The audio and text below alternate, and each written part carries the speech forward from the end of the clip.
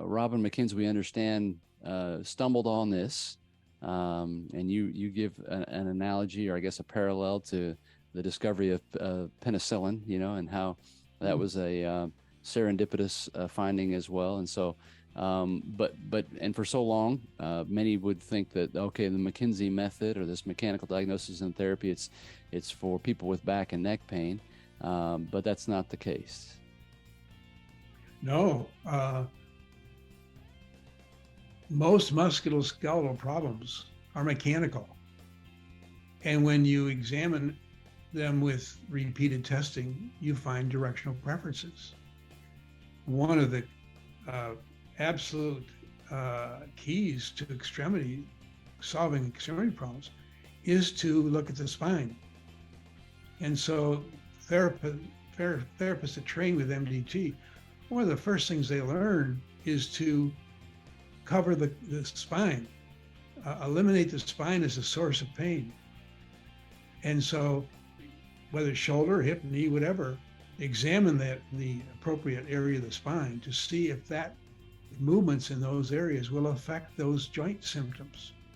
And there's a number of studies out now in the knee and the hip, and the XPOS study that just came out in the last year or so, that a large percentage of patients with extremity symptoms, it's coming from the spine.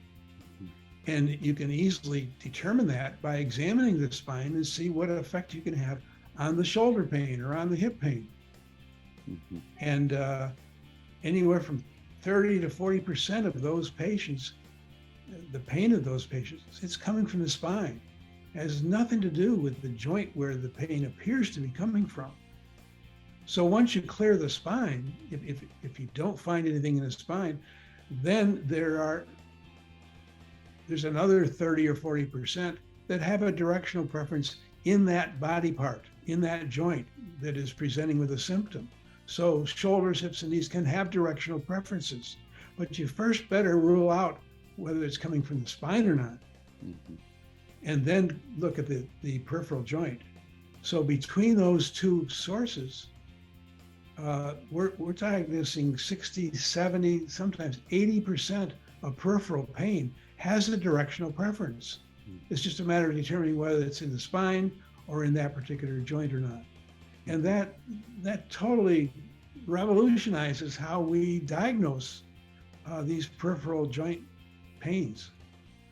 Hear the entire episode for free on iTunes, Spotify, other favorite podcast players, or go to mechanicalcareforum.com.